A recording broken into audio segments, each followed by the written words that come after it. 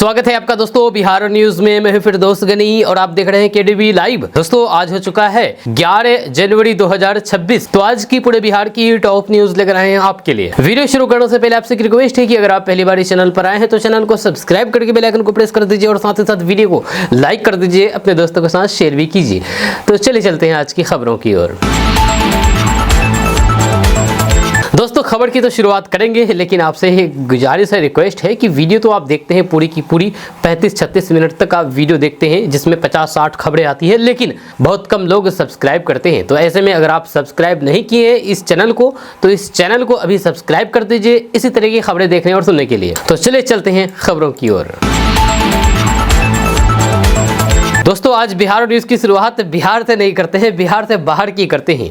दरअसल बात यह है कि एआईएमआईएम प्रमुख असदुद्दीन ओवैसी ने एक बयान दिया, एक दिन हिजाब वाली महिला भी भारत की प्रधानमंत्री बनेगी। अब इसको लेकर के बवाल मच गया इस बयान को लेकर के। जी हां, हिजाब को लेकर के देश की राजनीति में फिर से बहस तेज हो गई है। एआईएमआईएम प्रमुख असदुद्दीन ओवैसी के बयान के बाद अब असम के मुख्यमंत्री हेमंत बिस्वा शर्मा ने करारा पलटवार किया है।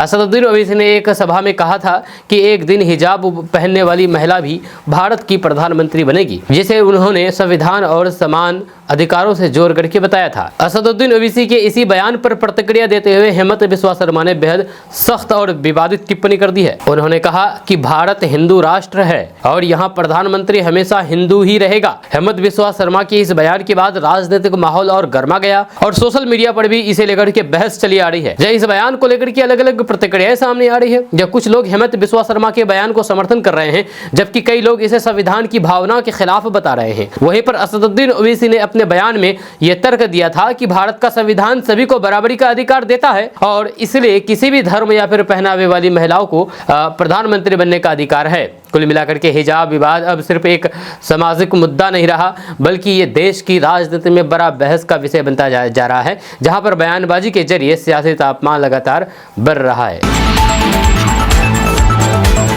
दोस्तों पटना में एक बार फिर से सियासी माहौल गर्मा गया है। आरजेडी प्रमुख लालू प्रसाद यादव की वापसी और फिर उनके सार्वजनिक मौजूदगी ने राजधानी पटना के राजनीति वातावरण को पूरी तरह से बदल दिया है। जैसे ही लालू प्रसाद यादव की एंट्री की खबर फैली तो पार्टी कार्यकर्ताओं और फिर समर्थकों में जबरदस्त तरीके से उत्साह देखने को मिला। लालू प्रसाद यादव के पटना पहुंचते ही आरजेडी के कई बड़े नेता, कार्यकर्ता और फिर समर्थक उनके स्वागत के लिए पहुंच गए। नारेबाजी, झंडे और फिर भीड़ से साफ दिखा कि लालू यादव आज भी अपने समर्थकों के बीच खास पकड़ रखते हैं। समर्थकों में लालू इज बैक का जोश नजर आया और पार्टी कार्यालय के आसपास माहौल पूरी तरीके से राजनीतिक रंग में डूब गया।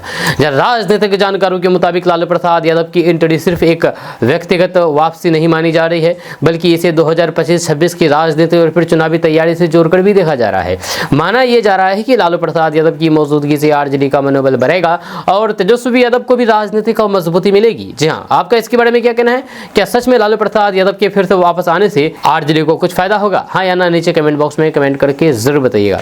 और साथ ही साथ आप ये भी बताइए कि आप हमें कहां से देख रहे हैं। उस जगह का नाम कमेंट बॉक्स में कमेंट करके जरूर लिखिएगा, चाहे बिहार हो, बिहार के किसी भी जिले हो, बिहार के बाहर अन्य प्रदेश हो, दिल्ली, मुंबई, पंजाब, हरियाणा या फिर देश से बाहर विदेश से जैसे कि Oman, Qatar, Dubai, Saudi Arabia, जहां से भी आप देख रहे हैं आप नीचे कमेंट बॉक्स में कमेंट करके जरूर बताइएगा। क्योंकि केडीवी लाइव के इस खास एपिसोड को करीब 26 देशों से देखा जा रहा है। यह 26 देशों से, तो इसीलिए आप जहां से भी आप देख रहे हैं आप नीचे कमेंट बॉक्स में कमेंट करके जरूर बताइएगा।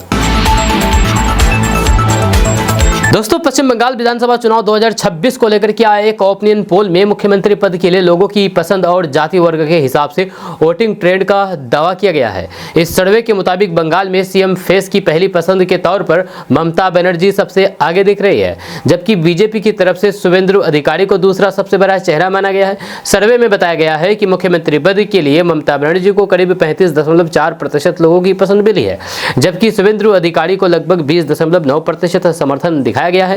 वहीं पर ओपिनियन पोल में यह भी दावा किया गया है कि अगर वर्ग और फिर समुदाय के हिसाब से देखा जाए तो फिर मुस्लिम वोटरों में टीएमसी को लगभग 54% समर्थन मिलने का अनुमान है। वहीं पर हिंदू जनरल कैटेगरी में भी टीएमसी को करीब 40% के साथ आगे बताया गया है। वहीं पर दूसरी तरफ बीजेपी को कुछ वर्गों में बढ़त दिखाई दी गई है, जैसा कि एससी वर्ग में 50%, ओबीसी में 44% और एसटी वर्ग में 38% समर्थन का दावा किया गया। पोल में यह भी कहा गया है कि महिलाओं में टीएमसी को पुरुषों की तुलना में ज्यादा समर्थन समर्थन दिखता है।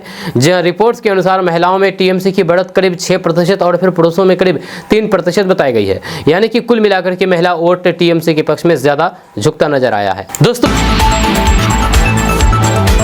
तो बिहार की राजनीति में राज्यसभा चुनाव को लेकर के हलचल तेज हो गई है। खबरों के मुताबिक नीतीश कुमार इस बार राज्यसभा में उपसभापति हरिवंश नारायण सिंह को दोबारा राज्यसभा भेजने के मूड में नहीं दिख रहे हैं। इसी वजह से अटकलें लगने लगी है कि देश को नए उपसभापति मिल सकते हैं।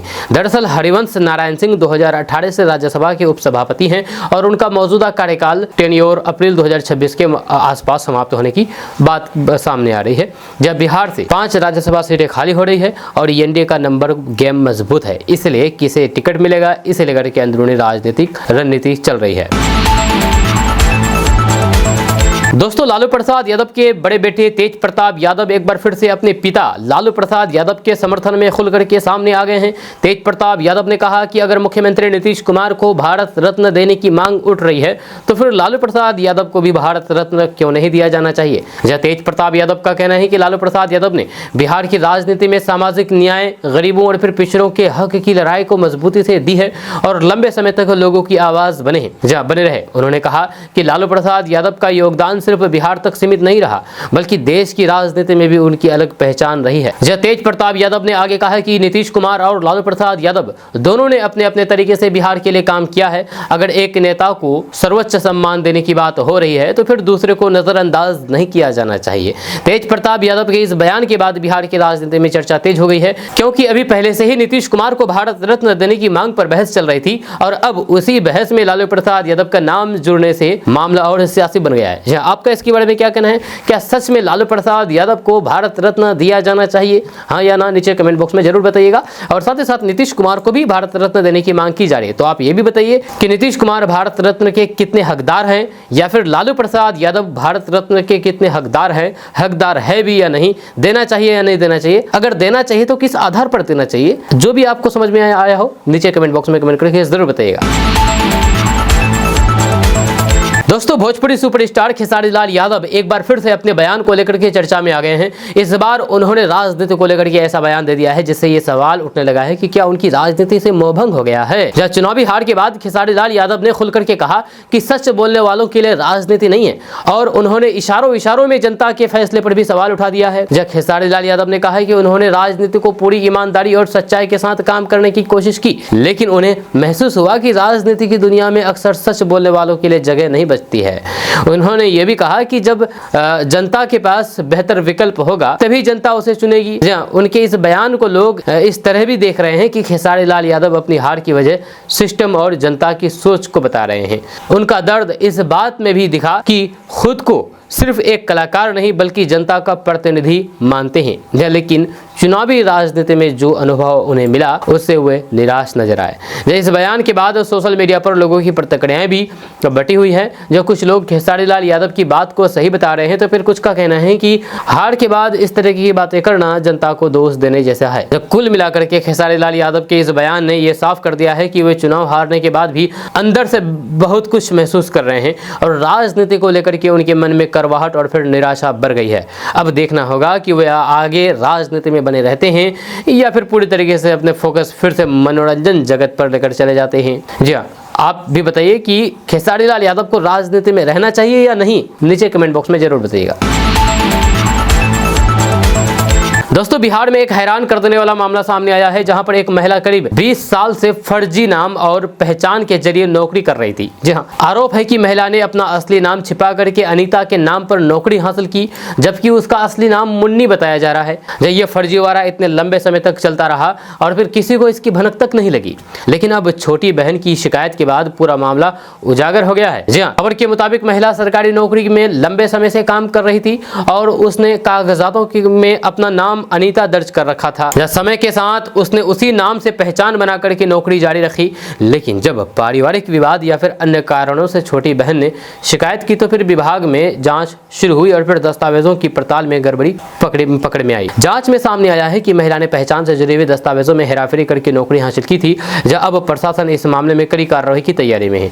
नौकरी से बर्खास्तगी, वेतन की रिकवरी और फिर फर्जी दस्तावेजों के आधार पर FIR जैसी कार्रवाई भी हो सकती है। दोस्तों, बिहार में प्रशासनिक व्यवस्था को मजबूत करने के लिए मुख्यमंत्री नीतीश कुमार लगातार ऐसे अफसरों को आगे बढ़ा रहे हैं जिनकी पहचान काम, अनुशासन और फिर भरोसे से बनी हुई है। इसी क्रम में अब बिहार प्रशासन में एक ऐसा उभरता चेहरा सामने आया है जिसे नीतीश कुमार ने बड़ी जिम्मेदारी की कमान सौंपी है। यह खबर के मुताबिक ये अफसर अपने कार्यकाल में तेज फैसले, सख्त प्रशासन और फिर जनता से जुड़ी हुई योजनाओं को जमीन पर उतारने के लिए जाना जाता है। चाहे विकास कार्य हो, कानून व्यवस्था हो या फिर योजना की मॉनिटरिंग, इनकी कार्यशैली को सरकार ने काफी प्रभावी माना है। इसी वजह से मुख्यमंत्री नीतीश कुमार ने इन्हें एक अहम विभाग जिम्मेदारी देकर के ये संदेश दिया है कि बिहार में अब प्रमोशन और फिर तैनाती काम करने वालों को प्राथमिकता देकर ही की जा रही है। जब बताया जा रहा है कि इनकी सबसे बड़ी खासियत यह है कि ये काम को सिर्फ फाइलों में नहीं बल्कि ग्राउंड लेवल पर जाकर ही पूरा करते हैं। जनता की शिकायतों पर तुरंत एक्शन, अधिकारियों की जवाबदेही तय करना और फिर समय सीमा में काम पूरा कराना, यही इनकी पहचान बन चुकी है। यही कारण है कि मुख्यमंत्री नीतीश कुमार की नज़र में ये अफसर भरोसेमंद और फिर परिणाम देने वाला प्रशासनिक चेहरा बनकर के उभरे हैं। इस नई जिम्मेदारी के बाद अब उम्मीद है कि संबंधित विभाग में तेजी से सुधार, योजना में पारदर्शिता और जमीनी स्तर पर असरदार परिणाम दिखाई देंगे। जब बिहार में ऐसे अफसरों को आगे लाना प्रशासनिक सिस्टम को मजबूत करने वाला कदम माना जा रहा है।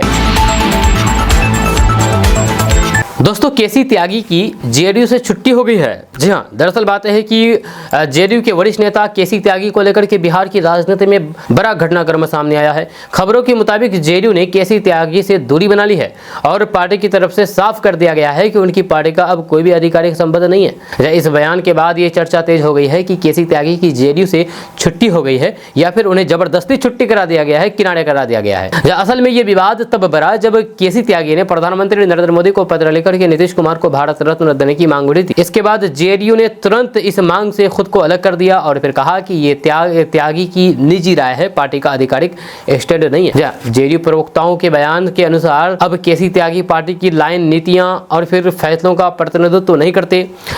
इसी के साथ ये संदेश भी दे दिया गया है कि पार्टी संगठन में उनकी भूमिका फिलहाल शून्य जैसी मानी जा रही है।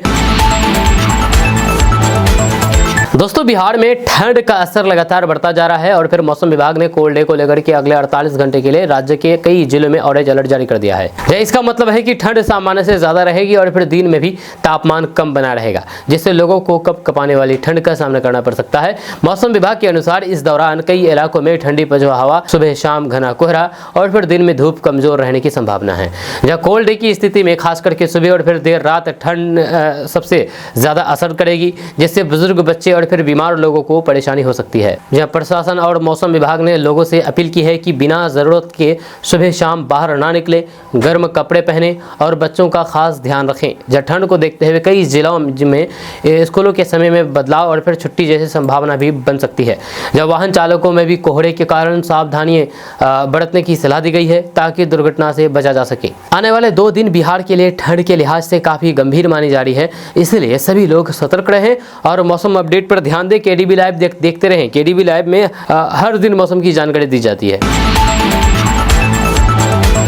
दोस्तों, बिहार में जहरीली हवा सेहत बिगाड़ रही है। दरअसल बात है कि बिहार में ठंड बढ़ने के साथ साथ वायु प्रदूषण भी तेज होता जा रहा है। जब कई जिलों में हवा की गुणवत्ता लगातार खराब हो रही है, जिससे लोगों को सांस लेने में दिक्कत, आंखों में जलन, खांसी और फिर एलर्जी जैसी परेशानियां बढ़ रही है। रिपोर्ट्स के मुताबिक बिहार के करीब 14 शहरों की हवा खराब श्रेणी में पहुंच गई है। खासतौर पर पटना और फिर आसपास के इलाकों में प्रदूषण ज्यादा बढ़ा है। इस लिस्ट में पटना का दानापुर, गांधी मैदान और आरा का नाम ऊपर है, जहां पर AQI सबसे खराब दर्ज किया गया है। जहां इस इलाके में धूल, गाड़ियों का धुआं, निर्माण कार्य और फिर ठंडी हवा के कारण प्रदूषक कण हवा में लंबे समय तक टिके रहते हैं। जहां पर बाकी जिलों की हवा खराब हो रही है, वहीं पर किशनगंज की हवा बिहार में सबसे साफ बताई गई है। यानी कि किशनगंज में प्रदूषण का स्तर बाकी जिलों से काफी कम है। जब ठंड के मौसम में हवा की रफ्तार कम हो जाती है और फिर कोहरा, धुआं छा जाता है। ऐसे में धुआं और फिर धूल ऊपर नहीं जा पाते, जब बल्कि नीचे ही जमा रह जाता है। इसके अलावा सड़कों की धूल, बालू कंस्ट्रक्शन का काम, गाड़ियों की ज्यादा संख्या, डीजल वाले गाड़ियों का धुआं, ये सब मिलाकर के हवा को जहरीला बना देते हैं। वहीं पर आप कुछ सावधानियां बरत सकते हैं अगर आपके भी शहर में AQI का हाई रहता है। तो आपको बता दूं कि आप सुबह शाम बाहर कम निकले, जी हाँ, और बाकी जब भी बाहर निकले तो फिर मास्क पहन ले। वहीं पर बच्चों और फिर बुजुर्गों को ठंड, धुआं, धुंध से बचाएं। वहीं पर सांस के मरीज दवा और फिर इनहेलर साथ में रखें। वहीं पर घर में धुआं और धूल कम रखें। जहाँ वहीं पर बिहार में ये स्थिति आने वाले दिनों में और गंभीर हो सकती है, इसलिए अभी से सावधानी जरूरी है। दोस्तों, बिहार में महिलाओं को आत्मनिर्भर बनाने की दिशा में शुरू की गई मुख्यमंत्री महिला रोजगार योजना को जबरदस्त प्रतिक्रिया मिल रही है। यह खबर के मुताबिक इस योजना के तहत अब तक 23 लाख से अधिक महिलाओं ने आवेदन कर दिया है और बड़ी संख्या में महिलाओं ने 2 लाख रुपए तक के लिए लोन के लिए अपना फॉर्म भर दिया है। सरकार का उद्देश्य है कि महिलाएं इस रकम की मदद से छोटा कारोबार शुरू कर सके और फिर अपने काम को आगे बढ़ा करके खुद की कमाई का जरिया बना सके। वहीं पर इस योजना को खासतौर पर उन महिलाओं के लिए बेहद फायदेमंद माना जा रहा है जो आर्थिक रूप से कमजोर है लेकिन अपने दम पर कुछ करना चाहती है। जहां लोन की मदद से महिलाएं सिलाई कढ़ाई, ब्यूटी पार्लर, दुकान, डेयरी, मुर्गी पालन, ऑनलाइन काम या फिर छोटे घरेलू उद्योग जैसे रोजगार शुरू कर सकती है। जहां इससे न सिर्फ महिलाओं की आमदनी बढ़ेगी बल्कि परिवार की आर्थिक स्थिति भी मजबूत होगी। वहीं पर सरकार का कहना है कि योजना के जरिए महिलाओं को सिर्फ पैसा ही नहीं बल्कि रोजगार के लिए जरूरी मार्गदर्शन और फिर सहयोग भी दिया जाएगा ताकि वे सफलतापूर्वक अपना काम चला सके। जहां इतनी बड़ी संख्या में आवेदन आना ये दिखाता है कि बिहार की महिलाएं अब आगे बढ़ने और फिर आत्मनिर्भर बनने के लिए तैयार है। जहां यह योजना आने वाले समय में राज्य में महिला सशक्तिकरण की तस्वीर बदलने वाली मानी जा रही है। दोस्तों, बिहार के मुख्यमंत्री नीतीश कुमार को भारत रत्न देने की मांग पर अब चिराग पासवान का बयान सामने आया है जिसने सियासत में चर्चा तेज कर दी है। जय चिराग पासवान ने इस मुद्दे पर डोटूक कह दिया है कि भारत रत्न जैसे सम्मान की एक तय प्रक्रिया होती है और फिर यह सम्मान किसी के मांगने या फिर चाहने पर भी में से नहीं मिल जाता। चिराग पासवान ने कहा है कि भारत रत्न देने के पीछे एक सिस्टम और प्रक्रिया रहती है जिसमें देखा जाता है कि कौन इसके योग्य हैं और फिर उसी आधार पर फैसला होता है। उन्होंने साफ संकेत दे दिया है कि केवल पत्र लिख करके या फिर मांग उठा करके किसी को भारत रत्न नहीं दिया जा सकता। हालांकि चिराग पासवान ने नीतीश कुमार की तारीफ भी की है। उन्होंने कहा कि पिछले 2 दशकों में नीतीश के नेतृत्व में बिहार ने विकास किया है और वे इस सम्मान के काबिल माने जा सकते हैं लेकिन फैसला प्रक्रिया के अनुसार ही होगा। दोस्तों, बिहार सरकार ने किसानों के लिए एक बड़ा कदम उठाया है। अब बिहार के किसानों को यूनिक किसान आईडी यानी कि फार्मर आईडी दी जाएगी जो आधार कार्ड की तरह एक खास पहचान होगी। सरकार का कहना है कि इस यूनिक आईडी के जरिए किसानों को सरकारी योजनाओं का लाभ तेजी से, पारदर्शी तरीके से और फिर बिना किसी बिचौलिए के मिल सकेगा। इस योजना को एग्री स्ट्रैक के तहत लागू किया जा रहा है जिससे किसान का रिकॉर्ड पूरी तरह से डिजिटल किया जाएगा यानी कि किसान की जमीन से जुड़ी हुई जानकारी, जमाबंदी, खेती का विवरण और फिर सरकारी लाभ की डिटेल एक ही सिस्टम में सुरक्षित रहेगा। इससे फायदा यह होगा कि बार बार कागज जमा कराने या फिर कार्यालय के चक्कर लगाने की जरूरत कम हो जाएगी। सरकार मान रही है कि यूनिक किसान आईडी बनने के बाद किसानों को पीएम किसान सम्मान निधि योजना, राज्य सरकार की कृषि सहायता, बीमा, आपदा राहत और फिर दूसरी योजनाओं का पैसा सीधे बैंक खाते में भेजना आसान हो जाएगा। इससे डीबीटी सिस्टम मजबूत होगा और फर्जीवाड़ा रोकने में भी मदद मिलेगी। वहीं पर इस अभियान को तेजी से पूरा करने के लिए पंचायत स्तर पर रजिस्ट्रेशन कैंप लगाए जा रहे हैं और फिर इसकी समय सीमा बढ़ाकर के 21 जनवरी तक कर दी गई है ताकि अधिक से अधिक किसान अपना रजिस्ट्रेशन करा करके आईडी बनवा सके। वहीं पर सरकार इसे किसानों के लिए समृद्धि के नए द्वार बता रही है जहाँ क्योंकि डिजिटल सिस्टम जुड़ते ही किसानों की कई परेशानियां अपने आप कम होगी और फिर उन्हें योजनाओं का लाभ समय पर मिलने लगेगा। दोस्तों, बिहार ने मछली उत्पादन के क्षेत्र में एक बार फिर से बड़ी उपलब्धि हासिल की है। जब खास बात यह है कि इस बार कम पानी की उपलब्धता के बावजूद भी बिहार में मछली का रिकॉर्ड उत्पादन हुआ है। यह सफलता इसलिए भी महत्वपूर्ण मानी जा रही है क्योंकि पिछले कुछ वर्षों में कई इलाकों में तालाबों और फिर जलाशयों में पानी की कमी एक बड़ी समस्या रही है। जी हाँ, फिर भी बिहार ने अपने तरीके बदल करके इस चुनौती को अवसर में बदल दिया। जी हाँ, विशेषज्ञों के अनुसार बिहार ने मछली उत्पादन में सफलता इसलिए पाई क्योंकि अब मछली पालन को परंपरागत तरीके से हट करके वैज्ञानिक और फिर आधुनिक तकनीक से किया जा रहा है। जब किसानों को प्रशिक्षण देकर के बताया जा रहा है कि कम पानी वाले तालाबों में भी कैसे सही मछली प्रजाति का चयन किया जाए, जब पानी की गुणवत्ता कैसे बनाए रखी जाए और फिर मछलियों को सही पोषण किस तरह दिया जाए, जब इससे मछलियों की ग्रोथ तेजी से होती है और फिर उत्पादन भी ज़्यादा मिलती है। इसके अलावा बिहार में कई जगहों पर इंटीग्रेटेड फिश फार्मिंग को बढ़ावा दिया गया है जिसमें तालाब के साथ खेती या फिर पशुपालन को जोड़ करके किया जाता है। इससे किसानों को एक ही जगह से कई तरीके की आमदनी होने लगती है और मछली पालन की लागत भी कम हो जाती है। सरकार की तरफ से मछुआरों को, किसानों को बीज, दाना, दवाइयों और फिर तालाब निर्माण के लिए सहायता भी दी जा रही है।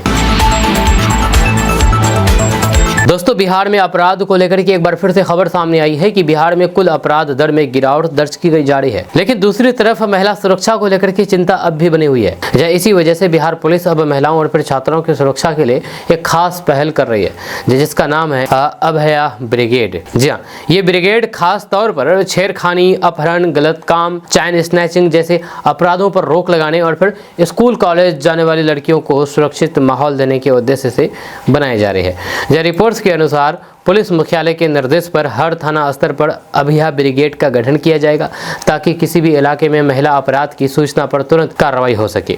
अभया ब्रिगेड की टीम में महिला सब इंस्पेक्टर को प्रभारी बनाया जाएगा और उसके साथ पुलिस कर्मियों की तैनाती होगी। ये टीम महिला सुरक्षा वाले इलाकों, हॉटस्पॉट जगहों, स्कूल कॉलेज रूट और फिर बाजारों में नियमित निगरानी करेगी, ताकि मनचलों और फिर अपराधियों पर दबाव बना रहे। वहीं पर सरकार और पुलिस का मानना है कि अपराध घटने के बावजूद भी महिला सुरक्षा पर लगातार काम करना जरूरी है, क्योंकि महिला अपराध समाज के लिए सबसे बड़ी चिंता बन जाते हैं। इसी वजह से अभया ब्रिगेड को बिहार में महिला सुरक्षा को मजबूत करने वाला बड़ा कदम माना जा रहा है। दोस्तों, एक भिखारी है जो 500 लोगों की जान बचाई है। जी हाँ, उनकी दरियादिली देख करके मोदी भी उनके मुरीद हो गए हैं। दरअसल कहते हैं कि इंसान की पहचान उसके पैसे से नहीं, कपड़े से नहीं, उसके दिल से होती है। जैसे ही एक बेहद प्रेरणादायक कहानी सामने आई है, जहां एक भिखारी ने अपने कमाई को अपने लिए नहीं बल्कि दूसरों की जिंदगी बचाने में लगा दिया। इस व्यक्ति ने भीख के पैसे से करीब 500 लोगों की जान बचाने का काम किया है और इसकी दरियादिली देख करके हर कोई हैरान रह गया है। रिपोर्ट्स के मुताबिक ये भिखारी सालों से सड़कों पर भीख मांग करके अपना गुजारा करता था, लेकिन उसकी सोच बाकी लोगों से अलग थी। जी हाँ, उसने अपनी जरूरतों से ज्यादा मिलने वाले पैसे को इकट्ठा करना शुरू कर दिया और फिर उन्हीं पैसों से जरूरतमंद मरीजों के इलाज, दवाइयों और फिर मदद में सहयोग करने लगा। धीरे धीरे उसने इतने लोगों की सहायता कर दी कि उसकी पहचान एक दिलदार इंसान के रूप में होने लगी है। सबसे खास बात यह रही है कि इस नेक काम की चर्चा प्रधानमंत्री नरेंद्र मोदी तक भी पहुंच गई है। जहाँ पीएम मोदी ने भी इस व्यक्ति की तारीफ की है और कहा कि ऐसे लोग देश के लिए प्रेरणा है, जो खुद कम में जीकर भी दूसरों की जिंदगी बचाने का हौसला रखते हैं। ये कहानी ये बताती है कि मदद करने के लिए अमीर होना जरूरी नहीं है, बल्कि दिल में इंसानियत होना जरूरी है। ये भिखारी आज लाखों लोगों के लिए एक मिसाल बन चुका है। जहाँ अगर इरादा मजबूत हो तो फिर छोटी सी कमाई से भी बड़ी बड़ी जानें बचाई जा सकती है। यही भिखारी है जो आप अपने मोबाइल स्क्रीन पर तस्वीर देख रहे हैं। स्वागत है आपका। किशनगंज का ऐतिहासिक खगरा मेला 12 जनवरी से शुरू होने वाला है। जी हाँ, इस मेले में आपका स्वागत है। वर्षों पुरानी परंपरा और सांस्कृतिक विरासत को समेटे ये मेला इस बार भी पूरे उत्सव और फिर भव्यता के साथ मेले को लेकर के प्रशासन और आयोजकों ने तैयारियां पूरी कर ली है। मेला परिसर को रंग बिरंगी लाइटिंग, आकर्षक सजावट और फिर भव्य प्रवेश द्वार से सजा दिया गया है, जिससे पूरे इलाके में उत्सव का माहौल बन गया है। यह खगरा मेला किशनगंज की पहचान माना जाता है। यहाँ हर साल किशनगंज जिले के साथ साथ आसपास के क्षेत्रों से बड़ी संख्या में लोग पहुँचते हैं। इस बार भी मेले में बच्चों, युवाओं और बुजुर्गों सभी के लिए मनोरंजन की भरपूर व्यवस्था की गई है।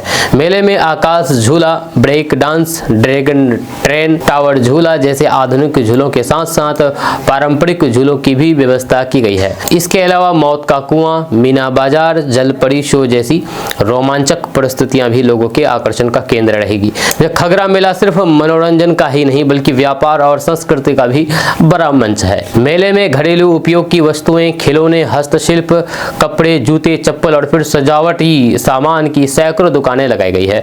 जहाँ वहीं पर खाने पीने के शौकीनों के लिए चाट, जलेबी, समोसा, मिठाइयाँ और फिर स्थानीय व्यंजनों के स्टॉल भी मौजूद रहेंगे। जहाँ मेला परिसर में पारंपरिक स्वाद और आधुनिक फास्ट फूड दोनों का आनंद लिया जा सकेगा। वहीं पर मेला व्यवस्थापक बबलू शाह और सुबीर कुमार ने बताया है कि 12 जनवरी को विधिवत उद्घाटन किया जाएगा। उद्घाटन कार्यक्रम को भव्य बनाने की तैयारी कर ली गई है। उन्होंने कहा कि मेले में आने वाले लोगों की सुरक्षा और सुविधा को ध्यान में रखते हुए विशेष इंतजाम किए गए हैं। जब पूरे परिसर में सीसीटीवी कैमरे लगाए गए हैं ताकि हर गतिविधि पर नजर रखी जा सके। साथ ही साथ पुलिस बल और फिर स्वयंसेवकों को ही तैनाती भी की गई है। यह ट्रैफिक व्यवस्था को सुचारू रखने के लिए अलग से योजना बनाई गई है। इतिहास की बात करें तो खगरा मेला की शुरुआत साल 1883 में नवाब सैयद अता हुसैन खान ने की थी। 1883 से ये मेला लगातार अब तक चलते आ रहा है। एक समय ये एशिया का दूसरा सबसे बड़ा पशु मेला माना जाता था, जब भारत के अलावा पाकिस्तान, बांग्लादेश और म्यांमार जैसे देशों से भी व्यापारी यहाँ पर पशुओं की खरीद बिक्री के लिए आते थे। हालांकि समय के साथ साथ इसका स्वरूप बदला है, लेकिन आज भी ये मेला अपनी ऐतिहासिक पहचान बनाए हुए हैं। जहाँ स्थानीय लोगों के लिए खगरा मेला सिर्फ एक आयोजन नहीं बल्कि एक भावनात्मक जुड़ाव है, जहाँ हर साल लोग पूरे परिवार के साथ मेले का इंतजार करते हैं। इस बार भी उम्मीद है कि मेले में भारी भीड़ उमड़ेगी और किशनगंज एक बार फिर से उत्सव के रंग में रंगा जाएगा। आपका इसके बारे में क्या कहना है, नीचे कमेंट बॉक्स में कमेंट करके जरूर बताइएगा। दोस्तों, किशनगंज में कड़ाके की ठंड और बर्फीली हवाओं ने जनजीवन पूरी तरीके से अस्त व्यस्त कर दिया है। जब मौसम विभाग ने किशनगंज क्षेत्र समेत किशनगंज जिले के लिए शीतलहर का ऑरेंज अलर्ट जारी कर दिया है। लगातार गिरते तापमान और तेज पछुआ हवाओं के कारण लोग घरों में डुबकने को मजबूर हैं। किशनगंज का न्यूनतम तापमान के बारे में बात किया जाए तो यहाँ पर 9 से 12 डिग्री सेल्सियस के बीच बना हुआ है, जबकि दिन में भी ठिठुरन कम नहीं हो रही है। जब सुबह और फिर देर शाम घना कोहरा छाए रहने से सड़कें सुनसान नजर आ रही है। वाहन चालकों को भारी परेशानी का सामना करना पड़ रहा है। जब कई जगहों पर दृश्यता बेहद कम होने जाने से दुर्घटनाओं का खतरा भी बढ़ गया है। खास करके एनएच और ग्रामीण सड़कों पर यातायात धीमा हो गया है। वहीं पर इस शीतलहर का सबसे ज्यादा असर दिहाड़ी मजदूरों पर पड़ा है। रोज कमा करके खाने वाले मजदूर ठंड के कारण काम पर नहीं निकल पा रहे हैं, या इससे उनके परिवारों के सामने रोजी रोटी का संकट खड़ा हो गया है। जब मजदूर वर्ग का कहना है कि ठंड के कारण काम करना मुश्किल हो गया है और घर चलाना चुनौती बन गया है। किसानों के लिए भी ये मौसम परेशानी का कारण बन रहा है। जब खेतों में कामकाज ठप पड़ गया है, ठंड और फिर कोहरे के कारण सब्जियों और फिर अन्य फसलों पर नकारात्मक असर दिखने लगा है। किसान बताते हैं कि पाला पड़ने की आशंका से फसलों को नुकसान हो सकता है, जिससे उनकी आमदनी प्रभावित होगी। वहीं पर पालतू पशुओं पर भी ठंड का असर साफ दिख रहा है। पशुपालक अपने मवेशियों को ठंड से बचाने के लिए कंबल, चटाई और फिर बोरे ओढ़ा रहे हैं। जब कई जगहों पर गौशाला में अलाव जला करके पशुओं को गर्म रखने की कोशिश भी की जा रही है। वहीं पर ग्रामीण क्षेत्रों में लोग दिन भर अलाव के आसपास बैठे ठंड से राहत पाने का भरपूर प्रयास कर रहे हैं। वहीं पर जिला प्रशासन ने शीतलहर को देखते हुए एहतियाती कदम उठाए हैं। बच्चों की सुरक्षा को प्राथमिकता देते हुए कक्षा 1 से 8 तक के सभी सरकारी और प्राइवेट स्कूलों को 12 जनवरी तक बंद रखने का आदेश जारी कर दिया है। वहीं पर प्रशासन का कहना है कि छोटे बच्चों के लिए इतनी ठंड में स्कूल जाना स्वास्थ्य के लिए खतरा हो सकता है। वहीं पर जिला प्रशासन और फिर स्वास्थ्य विभाग ने लोगों से अपील की है कि वे गर्म कपड़े पहने, सुबह शाम बाहर निकलने से बचें और बच्चों और फिर बुजुर्गों का विशेष ध्यान रखें। या सर्दी, खांसी और फिर बुखार जैसी बीमारी से बचाव के लिए सतर्क रहने की सलाह दी गई है। साथ ही जरूरतमंदों के लिए जगह जगह अलाव की व्यवस्था भी की जा रही है। कुल मिलाकर के किशनगंज में शीतलहर ने आम जनजीवन, खेती और फिर रोजगार पर गहरा असर डाला है। मौसम विभाग के अनुसार अभी ठंड से राहत मिलने की संभावना कम है। ऐसे में आने वाले दिनों में भी सतर्कता बरतने की बेहद जरूरी है। गर्भवती बनाओ और 10 लाख कमाओ। जी हाँ, बिहार में ये खेल चल रहा है। जहाँ गर्भवती बनाओ और 10 लाख कमाओ का ये खेल बिहार में चल रहा है, जहाँ इस तरह की बातें कही जा रही है। आपको बता दूं कि बिहार के नवादा का ये मामला जितना अजीब लगता है, असल में उतना ही खतरनाक और चौंकाने वाला है। यहाँ पर साइबर फ्रॉड का एक नया तरीका सामने आया है। हो सकता है कि आपके पास भी इस तरह के मामले आते होंगे, जिसके बाद इस वीडियो को देखने के बाद आप सतर्क हो जाइए। इस नए फ्रॉड के तरीके ने सबको हिला करके रख दिया है, जिसने पुलिस और आम जनता दोनों को हैरान कर दिया है। तो आपको बता दूं कि धोखेबाजों ने निसंतान दंपतियों की भावनाओं और फिर जरूरतों को निशाना बनाया है और all India pregnant job service नाम का एक स्कैम शुरू किया है। ये पूरी योजना एक झूठे वादे पर आधारित थी। धोखेबाज लोगों को फोन करके दावा करते थे कि उसके पास बांझ महिलाओं को प्रेग्नेंट करने की तकनीक है, या इसके बदले में वे ग्राहकों को 10 लाख रुपए तक कमाने का लालच देते थे। उनका दावा था कि जो भी किसी निसंतान महिलाओं को प्रेग्नेंट होने में मदद करेगा उसे बड़ी रकम मिलेगी। जब कई लोग इस जाल में फंस गए और रजिस्ट्रेशन फीस के तौर पर पैसे जमा कर लिए। पुलिस के मुताबिक ये गैंग खास तौर पर ऐसे लोगों को निशाना बनाता था जो या तो आर्थिक तंगी से जूझ रहे थे या फिर जल्दी पैसे कमाने का सपना देख रहे थे। वह फोन पर बड़े बड़े वादे भी करते थे, झूठे दावा करते थे और फिर लोगों को यकीन दिलाते थे कि ये काम पूरी तरह से कानूनी और सुरक्षित है। इस भरोसे का फायदा उठा करके धोखेबाजों ने रजिस्ट्रेशन फीस के नाम पर हजारों से लाखों रुपए ठगे। जी हाँ, ये पूरा फ्रॉड तब सामने आया जब नवादा पुलिस को टिप मिली कि हिसुआ पुलिस स्टेशन इलाके के मनवा गांव में एक साइबर फ्रॉड ऑपरेशन चल रहा है। जानकारी मिलते ही पुलिस अधीक्षक अभिनव धीमान के निर्देश पर एक टीम बनाई गई। जब टीम ने तेजी से कार्रवाई की और फिर मनवा गांव के एक घर पर छापा मारा, जहां पर उन्होंने 2 आरोपियों को रंगे हाथ पकड़ लिया। जब गिरफ्तार किए गए लोगों में से एक नाबालिग है, जबकि दूसरे की पहचान रंजन कुमार के रूप में हुई है। जब शुरुआती पुलिस पूछताछ में चौंकाने वाले खुलासे हुए हैं। आरोपियों ने कबूल किया है कि वे ऑल इंडिया प्रेग्नेंट जॉब के नाम पर लोगों को फोन करके ठगी कर रहे थे और पहले ही लाखों रुपए कमा चुके थे। जांच में यह भी पता चला है कि धोखेबाजों ने सिर्फ पुरुषों को ही नहीं बल्कि निसंतान महिलाओं को भी निशाना बनाता था। जब महिलाओं को यह यकीन दिलाया गया कि उनकी खास तकनीकों से प्रेगनेंसी संभव है, इसके बदले में उनसे भी अलग अलग किस्तों में पैसे लिए गए। जब कई मामलों में महिलाएं इतनी मानसिक रूप से प्रभावित थी कि फ्रॉड का शिकार होने के बावजूद भी उन्होंने शिकायत तक दर्ज कराने में हिचकिचाहट महसूस की। वहीं पर पुलिस ने आरोपियों से 4 मोबाइल फोन जब्त किए हैं। इन फोन से बड़ी संख्या में कॉल रिकॉर्ड, मैसेज और फिर संदिग्ध चैट मिलने की उम्मीद है। जब साइबर सेल की टीम अब इन फोन की बारीकी से जांच कर रही है ताकि ये पता चल सके कि ये गैंग कितने समय से एक्टिव था और उन्होंने कितने लोगों को अपना शिकार बनाया था। एसपी अभिनव धीमान ने एक प्रेस रिलीज जारी करके बताया कि ये साइबर फ्रॉड का बहुत ही संवेदनशील और गंभीर मामला है। इसने लोगों की भावनाओं के साथ साथ सामाजिक और फिर नैतिक मूल्यों को भी ठेस पहुंचाई है। जब उन्होंने कहा कि पुलिस पीड़ितों की संख्या का पता लगाने की कोशिश कर रही है और इस नेटवर्क से जुड़े अन्य लोगों की भी तलाश कर रही है। जब आरोपियों के खिलाफ भारतीय दंड संहिता और फिर आईटी एक्ट के तहत की अलग अलग धाराओं के तहत मामला दर्ज किया गया है। दोस्तों, where is my train app को इस्तेमाल करके आप ट्रेन में सफर तो करते होंगे, लेकिन क्या आप जानते हैं कि इसको बनाया कौन है? दरअसल इसका जो निर्माता है, जो बनाया है, उसका नाम है अहमद निजाम, जो एक मुस्लिम है। इस खबर को बताने का मकसद यही है क्योंकि लोग मुसलमानों को पंक्चर छाप, रोड छाप, पंक्चर बनाने वाला, जाहिल, क्या क्या नहीं बोल देते हैं। लेकिन मैं आपको आज बताने वाला हूं कि where is my train app के पीछे का दिमाग अहमद निजाम का है। जी हाँ, वही इन्होंने इस ऐप को बनाया है और क्यों बनाया है, किस कारण बनाया है, हम आपको इस खबर के बारे में पूरी डिटेल से विस्तार से बताएंगे। उससे पहले आपको बता दूं कि अगर आप पहली बार हमारे इस पेज पर आए हैं तो इस पेज को अभी आप फॉलो कर लीजिए इसी तरह खबरें देखने के लिए। जी हाँ, किशनगंज से लेकर के कश्मीर और कन्याकुमारी तक आज लगभग हर ट्रेन यात्री where is my train app का इस्तेमाल करता है। यह ट्रेन कहाँ पहुंची है, कितनी देर में आएगी और किस स्टेशन पर रुकी है, ये सारी जानकारी अब यात्रियों को अपने मोबाइल पर मिल जाती है। लेकिन बहुत कम लोग जानते हैं कि इस शानदार ऐप को एक मुस्लिम युवक अहमद निजाम ने बनाया है। जब वही अहमद निजाम जिन्हें समाज का एक वर्ग अक्सर ताने देता है और पंक्चर बनाने वाला कहकर के अपमानित करता है। लेकिन सच्चाई यह है कि अहमद निजाम ने वह कर दिखाया है जो बड़े बड़े इंजीनियर और नामी कंपनियां भी नहीं कर सकी है। उन्होंने अपने एक आइडिया से देश के करोड़ों लोगों की